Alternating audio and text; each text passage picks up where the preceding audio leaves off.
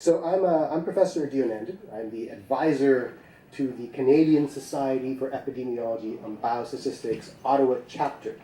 The CSEB, if you don't know what it is, and why should you, is the national professional body for epidemiologists and biostatisticians in Canada. I'm on their board as well. We don't license epidemiologists because no one does that. We organize their professional activities through a national conference, which is happening in Ottawa in June of next year, so attend if you can.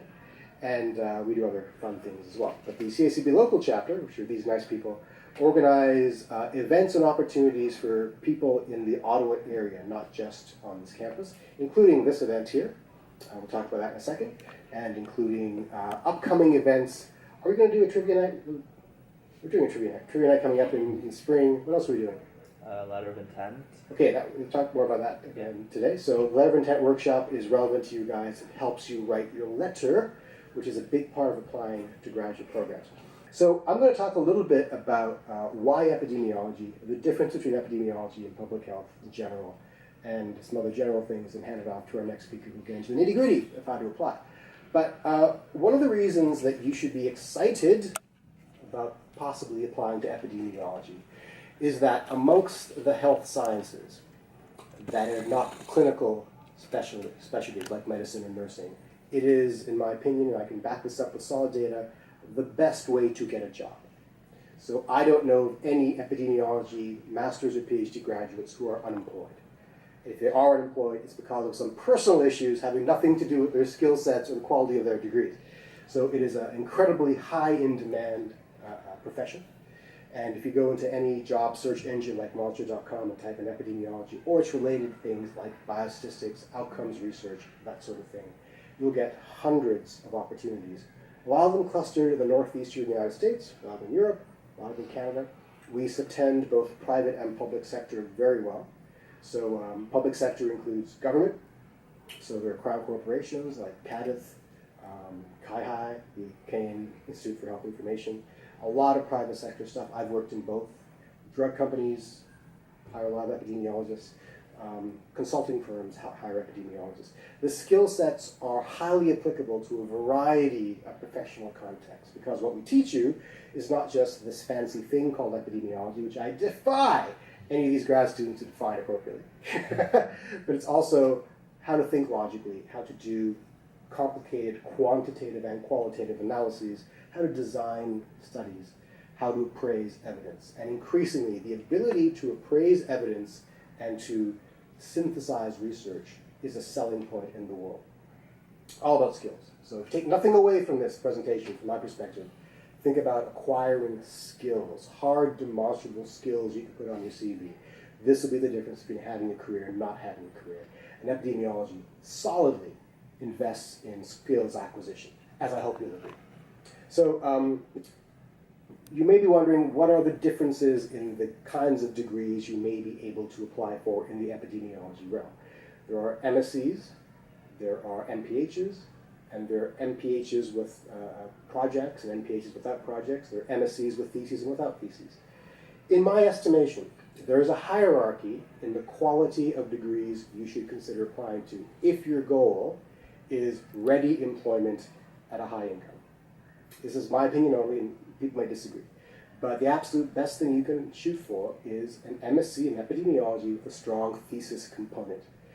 And if you don't know, a thesis is a major independent research project that you as a graduate student will take on board. You'll manage it, you'll defend it in front of a panel of professors. And the reason the thesis is important is it demonstrates to the world that you're able to do independent, high-level research that is novel and publishable. So that's valuable in the world. Now, if you don't want to do a thesis, a lot of programs offer major projects instead. A major project is very good. It's not as good as a thesis because a thesis is entirely independent and is vetted in terms of quality by a faculty of graduate studies or by a process that's been well inculcated in every university. Every university understands if you've got a thesis, it means this amount of quality. Major projects, the quality is gated by the departments. It can vary. It's essentially a big essay. I don't mean to diminish it like that, but it is a slightly lesser quality. And MSc programs without theses are course-driven, they're skills-based, that's fine. It's just difficult to convince someone that you have mastered that skill set if you haven't put it into application. So that's what a thesis is useful for. A lot of graduate students will tell you that they learn most or almost everything from actually doing their thesis, not from the coursework. Because who pays attention in class? Right? So, so beneath that would be, I would put the MPH beneath an MSc with a research project, but above an MSc without a research project. An MPH, Masters of Public Health, is kind of like the professional version of a public health degree. It's like the MBA for public health people, and that's how it's sold around the world.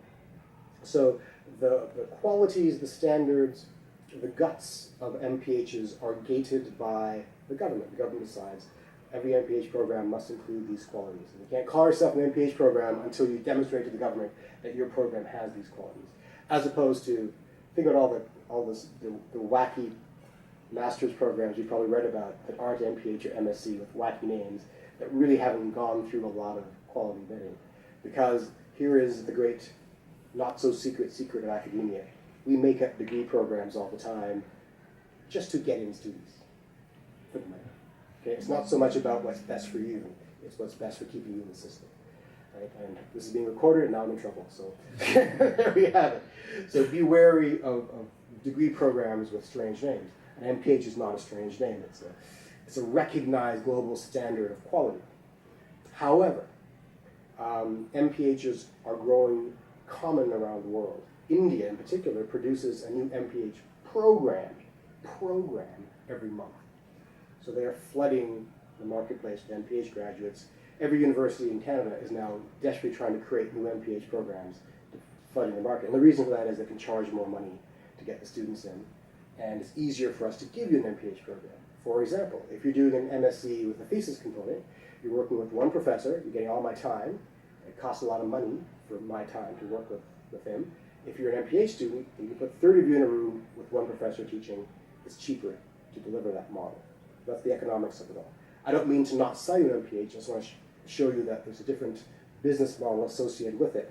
MPHs are readily employable as well, but the MPH was invented several decades ago for clinicians who are leaving their clinical practice to gain some skill set in public health, to return to their clinical practice. Like a nurse or a doctor, get an MPH, take it back to their hospital or their practice. About 20, 30 years ago, it opened up to undergrads directly. And undergrads don't have that clinical designation, and so they can't do as much as an MD can with an MPH, but they can do some interesting things like health education, immunization programs, evaluation programs. But there's a ceiling of how far you can advance without a clinical designation. So MPHs are very employable. They just can't do the research-intense activities in general, with some exceptions. There are MPHs who will go on and do PhDs afterwards or gain research experience elsewhere. So to summarize, the distinction between an MSc thesis program and an MPH program is in the research intensity and the professional designation.